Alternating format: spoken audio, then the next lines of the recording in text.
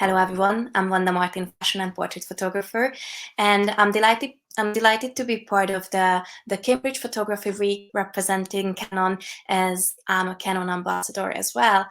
And today I'll be telling you a little bit about myself, my work, how I started out as a photographer, and I'll show you some of my fashion editorial work, my personal projects, and my portraiture work as well. So I actually prepared a little PDF for you here, and it's actually a very long PDF. So after a while, on some of the images, I'm just gonna click through really quickly. But first, I'm just gonna put you a few images while I'm telling you a little bit about myself. So basically, I'm from the countryside of Hungary, from a little town near the Romanian border, basically, and I started taking pictures pretty early on, as my father is a photographer, and he was the one who bought me my first camera when I was only age 14 or 15. And it's funny that actually that was already a Canon camera. That was a 20D at the time, and it was quite obvious for me at the very beginning as well that I was interested in portraiture and people, but I was a very shy teenager, so I didn't really know how to approach people. I didn't have the courage to approach people. So basically, I started out photography by taking pictures of myself, self portraits, basically.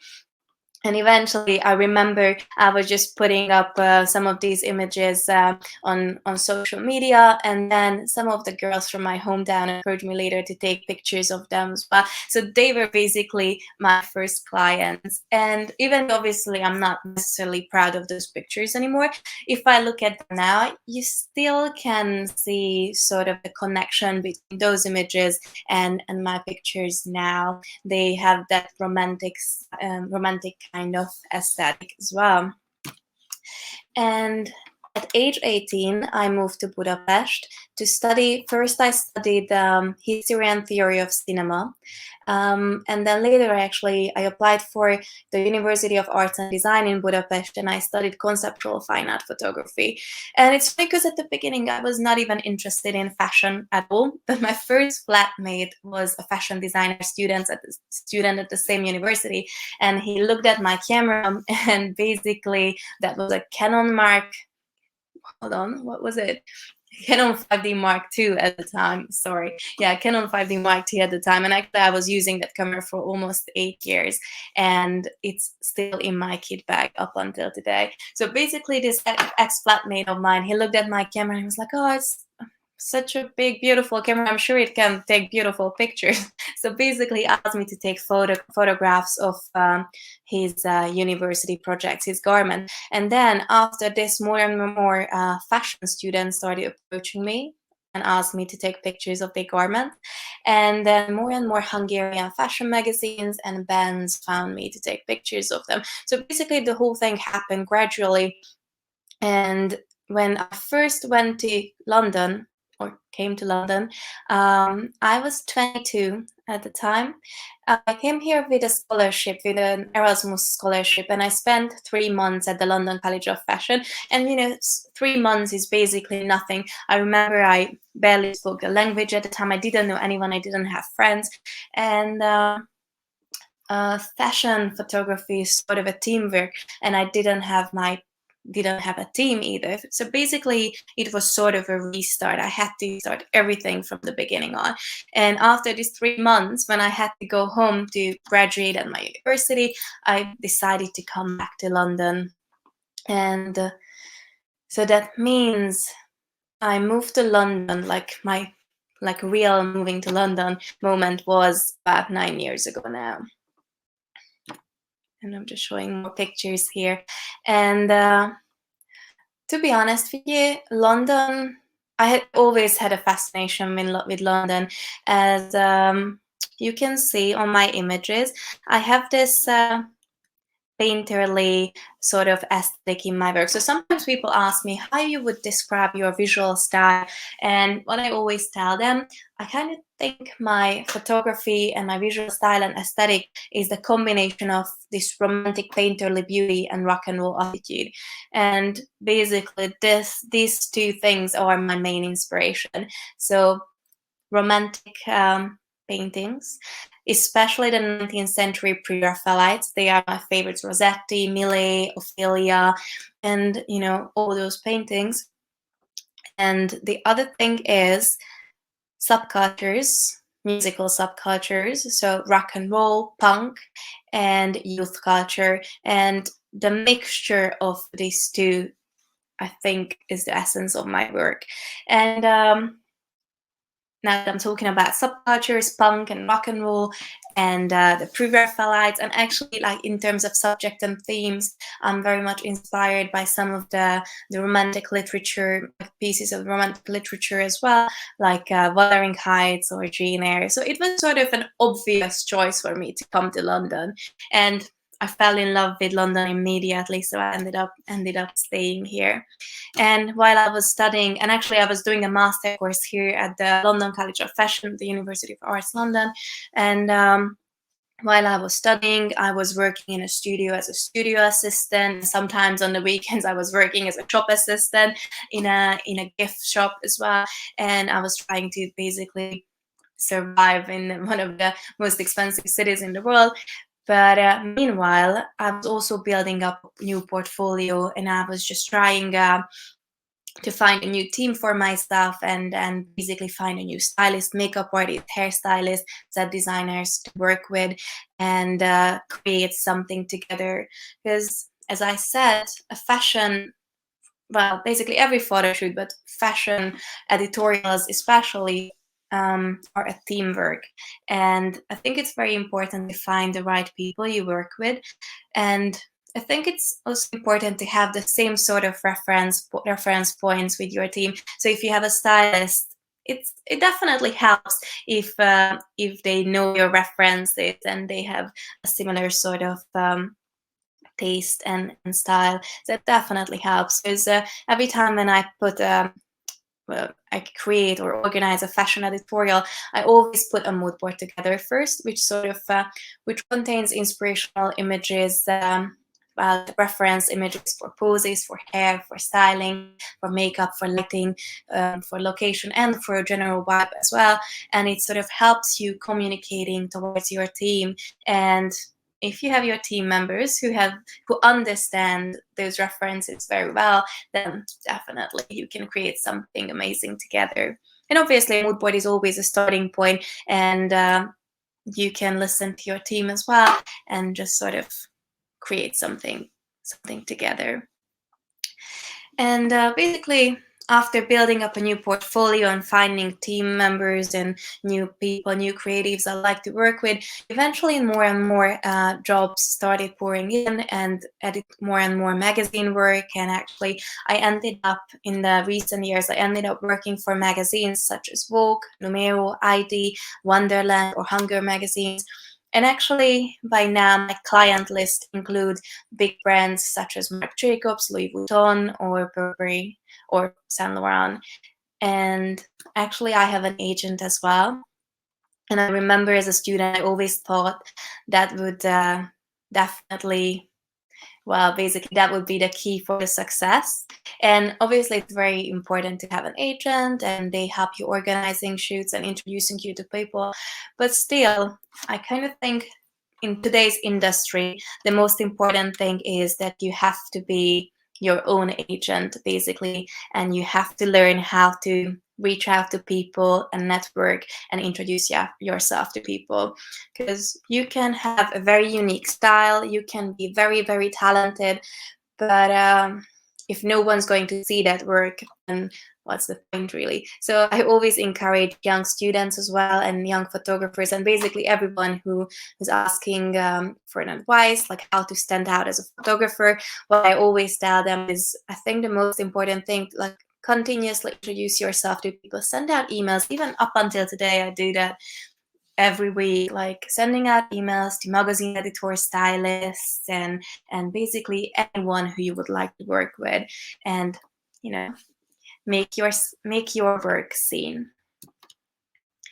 This story we are looking at, for example, it was one of my first Vogue editorials for Vogue Portugal, and this was inspired by early 2000s greatest hits artists, basically Madonna, Kylie Minogue, or pink. This was one of the first, this was a Marc Jacobs advertorial I shot for a Japanese magazine called Common Sense, and actually I shot it in London. And now that we are looking at these images, probably you can see the sort of use of color, that sort of pictorial and painterly use of color. I like to work with, and also the sort of youth cultural elements as well. And now we are looking at my fashion work, but later I'm going to show you some of my personal projects as well. And I think it's going to be, well, I think it's interesting that the same subjects inspire me and interest me in my commercial work, my editorial work, my personal projects as well. But I'm gonna talk about that a little bit more later. I photographed this in London for the German Flair magazine, and this was for ID. And I think what's very important is that when it comes to an editorial, it's sort of my creative direction. And I don't like the word control freak, but I like to keep my eye on everything. So basically, I like to do the casting as well. I like to find a location, because I think if you look at my work, probably you saw that you can see that by now, that most of my works are actually shot on location instead of studio. Sometimes obviously there are scenarios when I have to work in a studio, like in the middle of winter, for example, or when the clients ask for it. But if I have a say so, I definitely choose an interesting location, because I like to have that sort of storytelling aspect of a fashion editorial. And I think an interesting or beautiful location can help you telling your story and help to unfold that story that you have in mind. And this photo shoot I did for Mr. Porter, Net-a-Porter. Actually, I think it's a good example for how I can have my visual style involved in commercial work as well.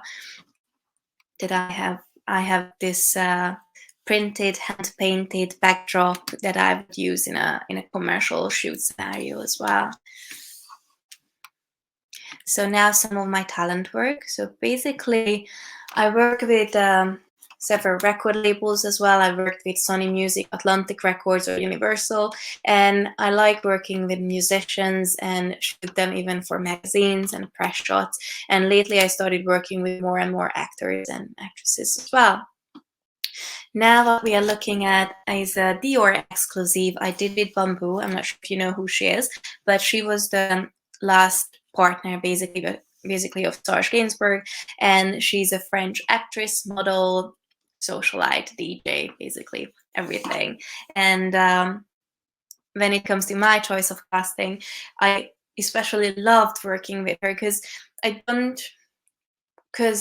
believe in so I don't think fashion photography should be a pretty girl in a pretty dress and a pretty location. I think fashion photography is much more than that, and photography should be more than that. And that's why I really like working with interesting characters who, if you just look at their faces, it in itself, it tells a story. And I do love that contrast. Like, for example, having a very romantic sort of location while you have a very interesting and edgy character, or the styling has something like very contrasty to the location as well.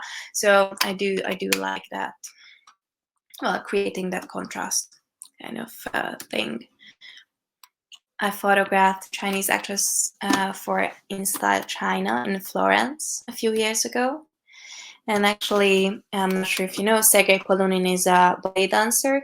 He was the youngest principal dancer of the Royal Ballet in London. And actually, he's called the bad boy of ballet. And I photographed him for Ukrainian magazine, actually, a while ago, way before the pandemic.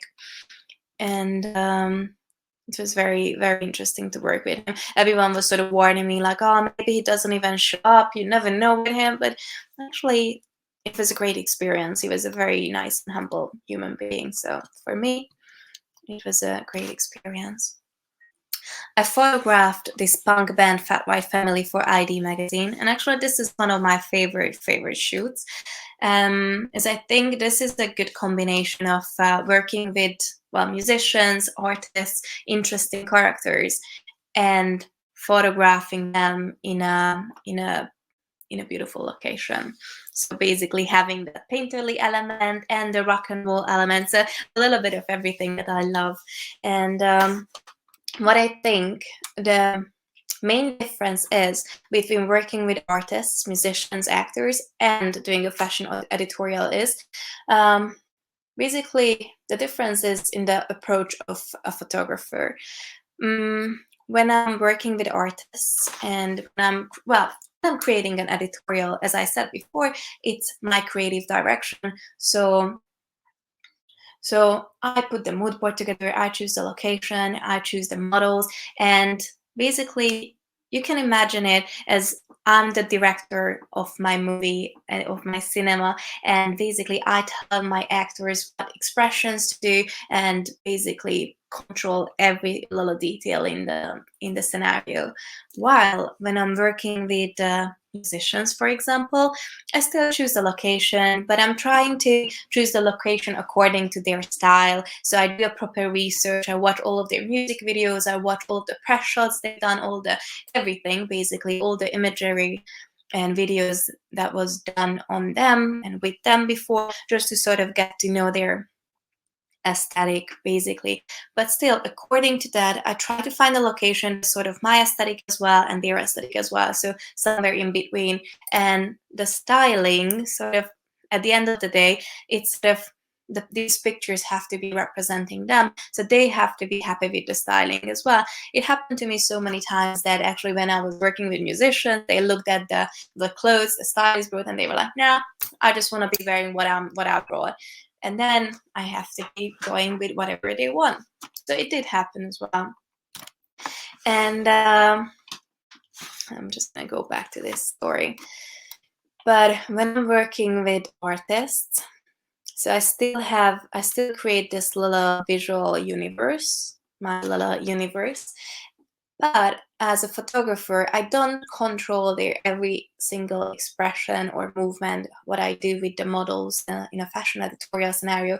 It's more like I'm becoming an observer and I'm trying to capture something of their personality. So it's a little bit different. And honestly, it's becoming more and more interesting for me these days. And actually, this story we're looking at now, this was the main inspiration for me that pushed me towards the genre of portraiture. So this is a band called Eagles of Death Metal. I'm not sure if you know who they are. When they became even more famous was when the terror attacks happened in Paris a few years ago, and they were playing at the Bataclan, and that was one of the locations for the terror attacks in Paris. And a couple of years after that, I photographed them in Joshua Tree, California. And first, basically, I got 5 minutes to take pictures of them backstage at a festival. And first, I was creating group shots, and then I was taking solo portraits as well. And when I got to take pictures of the singer Jesse Hughes, who we are looking at on the 2 sides now, he started telling me, basically, I was taking pictures, we were chatting, and then at some point he goes, "Do you want to see my gun?" And first I was not really sure what he meant, but I was like, "Yeah, sure." So he went backstage and came back with his gun, and he started loading in front of my camera, and I kept on continuously taking pictures. And he was telling me about what his experiences were like and how he felt on the day of the terror attacks. And basically he was explaining it to me how if this gun would have been on him today, that day, everything would have been different. And obviously it's not my position to say anything, so I was just listening and taking pictures. But it was a very interesting experience, and that was sort of the moment that pushed me, because I love listening to stories and capture, basically interesting characters with stories. And this was the moment that pushed me towards the genre of portraiture even more. And This is a rapper, Slow Tie, I photographed in London for Roller Coaster magazine. The band The Horrors, I photographed for Fox's magazine in London as well. She's a punk musician. Dan Miller, I shot for Cracked magazine. Again, I love that portrait of her. I just love how she's not really the traditional, well, the traditional beauty, and I loved working with her. I found her face very, and her character very inspiring. I photographed Rough Low, Jude Low's son, for Things magazine. And then Sundara Karma for Boys by Girls magazine. Basically, I'm just gonna click through these ones very quickly. And lately, actually in the last 1 year, I started working with more and more actors as well. For example, Sophie Skelton, who's on the show Outlander, or Grace Wonderwall. Actually, she's an actress and musician also. Photographed her in LA for the German Schön magazine. And actually, I love this location. I found it's like an old, like a retro motel kind of location. And I started doing videos as well. Actually, the videos are not here with me today because they're quite long. But you want, go on my Instagram and check them out, because now my main camera is a 1DX Mark III. And actually, my second camera is, well, I have an R5 on me now for testing. And I started doing more and more video as well. So whenever I have a photo shoot, I take pictures, and then basically just within a second I can, you know, switch a button and start shooting video as well. So what I started doing is creating more and more fashion films and teaser videos of a few seconds, basically at every single photo shoot I'm doing. And I mean, I did a few music videos as well. But definitely the filmmaking is a new adventure for me, and my Canon cameras definitely great tools for that. Sebastian Croft, he was one of the main characters on the Netflix show Heartstoppers. Photographed him in London. Shohreh Aghdashloo, Iranian American actress. Actually, she was one of my favorite subjects to photograph. I just click through. Alison Brie, the star of Glow and Community. I photographed in LA the last time I went there a few months ago, again for a German magazine. And actually this was a crazy stressful shoot, because I was in LA for 2 weeks, and the day before the photo shoot with Alison Brie, actually, and I'm not proud of this, but I ended up breaking my 24/7 lens, and basically the autofocus stopped working.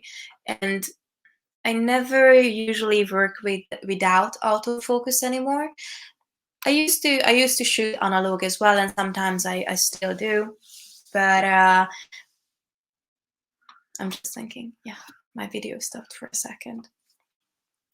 But I'm just so used to, especially when it's a commission job and not a personal project, I'm so used to, well, using the help of autofocus of my lens. So basically I dropped my lens, unfortunately, prior to shoot, and it was a Sunday in LA, and I didn't know anyone who could lend me a lens, so I had to go on this photo shoot with a broken lens and a fisheye lens. So these are the images what we are looking at. Actually, it turned out to be one of my favorite shoots I've done lately. So the pictures we are looking at here, I ended up setting the focus manually. I was very proud of myself because they were in focus.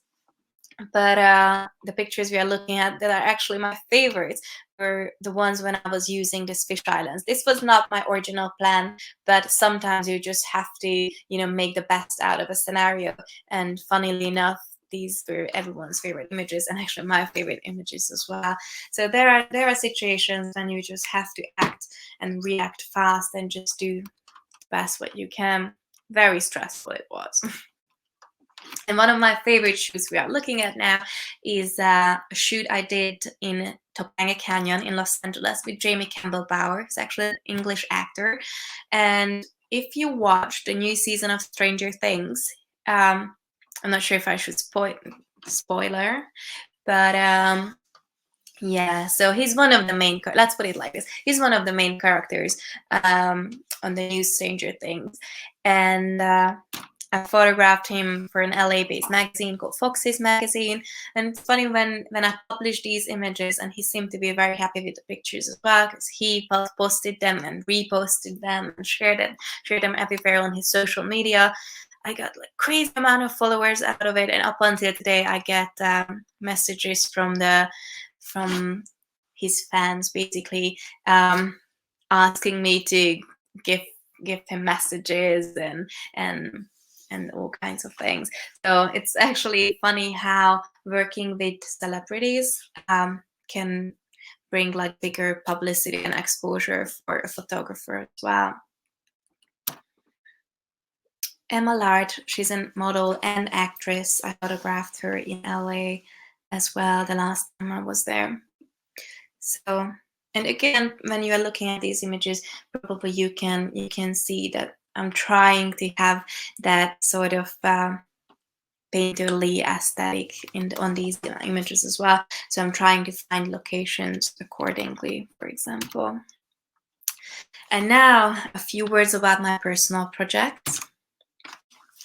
As I mentioned earlier, the same things and same subjects interest me in my fashion and my commercial work and my personal projects as well. So I'm very much interested in the subjects of youth culture, subcultures, gender, questions of gender studies, and identity and belonging somewhere, and basically love and sexuality and identity, questions of identity, subjects of identity as well.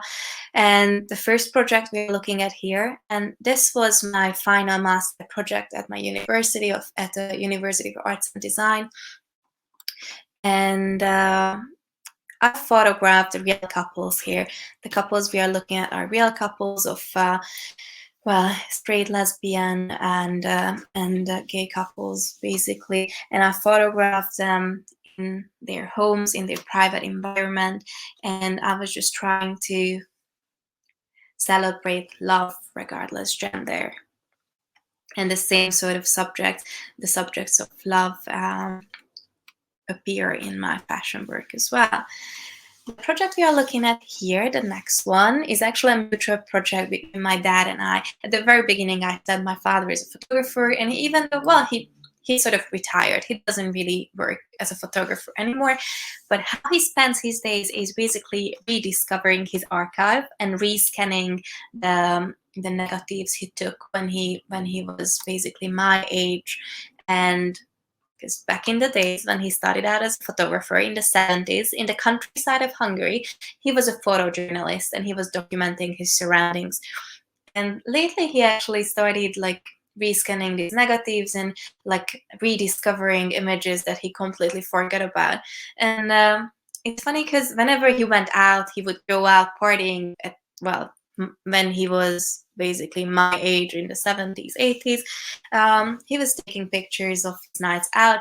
And whenever I go out, I always have a little 35mm camera hanging in my neck, and I started documenting my nights out as well.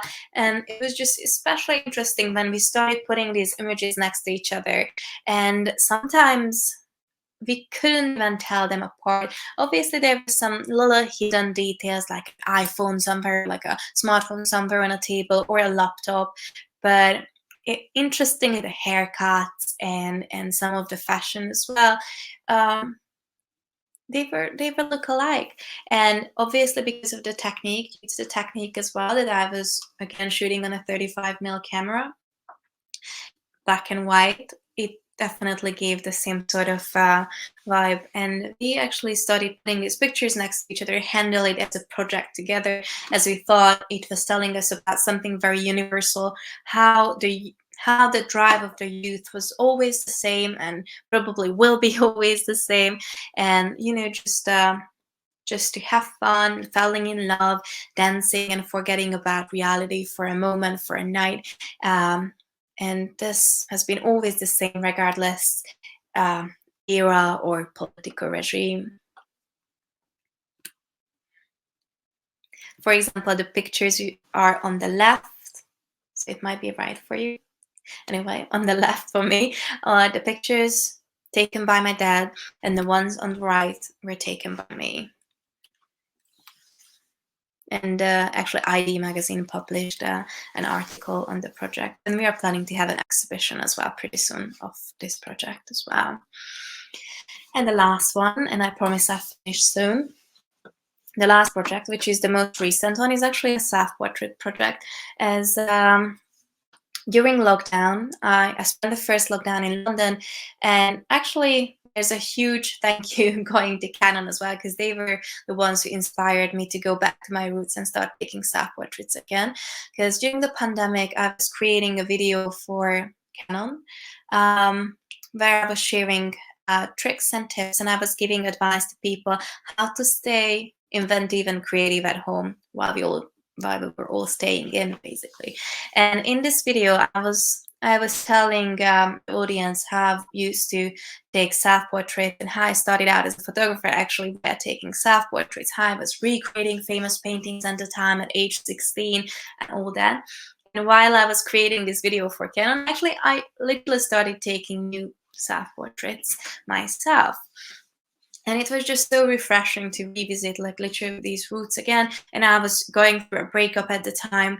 And basically during the first 4 or 5 months of the pandemic, I was taking pictures of myself almost every single day and recreating again famous paintings, and also creating collages. And these collages contained images of my favorite romantic books, like Wuthering Heights or The Sorrows of Young Werther. Basically, details of the descriptions of idolized love. And I also used some texts, like handwritten texts I did, that I got from my ex-boyfriends, lovers. And basically, I thought this collage project is just a reflection on my, well, on our postmodern era and my basically love experiences. And I felt this clashing of my experiences and this idolized love was just a good reflection on our postmodern life's love experiences, basically. So this is a very personal project. I'm still working on it. And actually I had an exhibition of this project in Budapest basically almost a year ago now.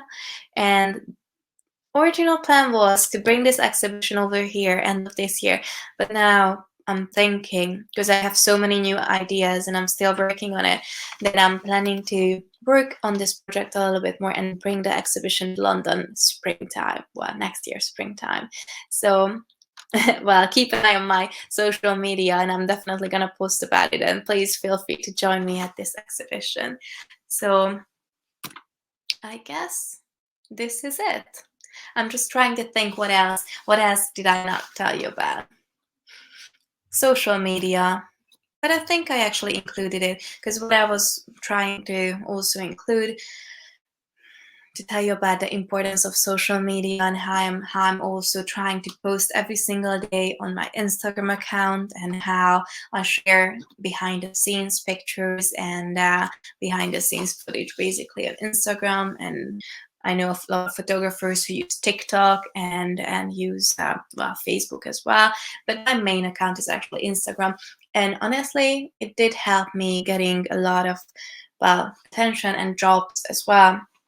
So I can definitely recommend for photographers and creatives to use it as their online portfolio. I mean, I do have my website as well, but I do find that nowadays actually social media and Instagram is the photographer's main portfolio.